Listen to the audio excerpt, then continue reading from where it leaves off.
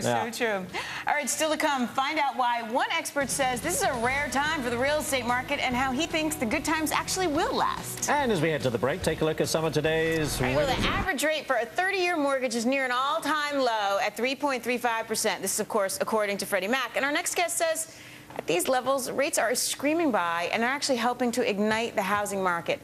John Levy, president of John B. Levy and Company, a real estate investment banking firm, joins us now. If they're so low, why is it still so hard for people to get this money? Well, you know, I think banks are loosening up, and you read from time to time where this bank has loosened their credit standards. So this is really going in a linear fashion up. It's not quite as fast as we might like it, but rates are really just a ridiculous buy. I walked past a bank the other day. They had 2.5% adjustable rate home mortgages.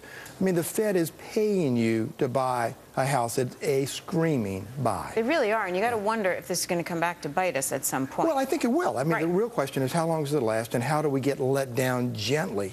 Right now, treasuries are at 165 for a 10-year.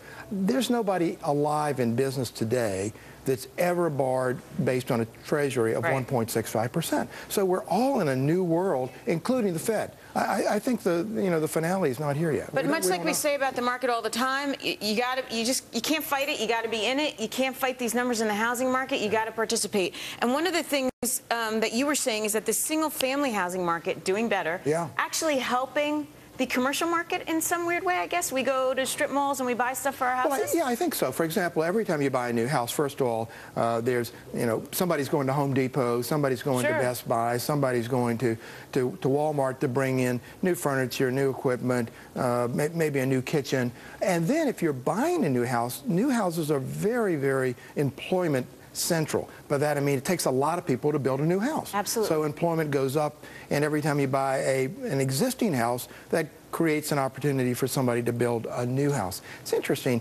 For the first time really this year, in the last month or two, we've actually had a number of people come in and say, I not only want you to finance new lots, but I've got buyers for them. Last year and the year before, they wanted you to finance the lots, but there were no buyers. Oh, that's interesting. So I think this is, for some reason, spring came and all of a sudden people said, okay, it's now time to turn. Now let's talk about the commercial world a little bit. So what's happening there? Strip malls, rentals, condos, what's going on in your world? Well, money's a screaming buy again. I think where we are is commercial money.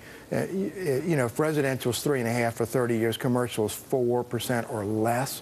So what the Fed is really helping you to do is they're saying drive with the gas. Buy all you can, borrow all you can. And what we see is more and more people bidding up product. We're kind of the opinion that investing in what we'd call the sexy six, which San Francisco, Chicago, New York, Boston, that game is over. But it does make sense to move out to smaller cities where there hasn't been nearly as much money, and therefore there hasn't been as much overpaying. But we are seeing home prices go up, as you point out, and that actually indirectly helps the states too, doesn't it? It does, because home prices, just in the Washington, D.C. area, which is just kind of endemic, we're up 9 or 10% in the last year. So where that helps the state is that property taxes are all based on housing values. So and it's not overnight. It's not like sales tax where you have the sale, you have to remit the money next week.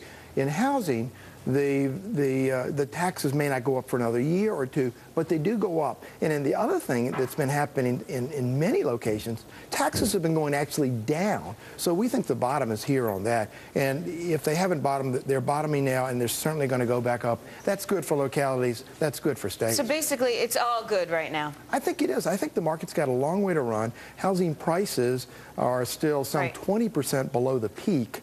So it's not like you're buying an overpriced product. You're buying still an underpriced product at a very low cost of acquisition. John Levy, glad you were in town to talk about all this. Always a pleasure. All right, and we have a special programming note this Friday, all day on Fox Business. We're going to be looking more at the business of real estate. So you got to and some better news to talk about, as John just highlighted there. Good. All right, countdown to the closing bell.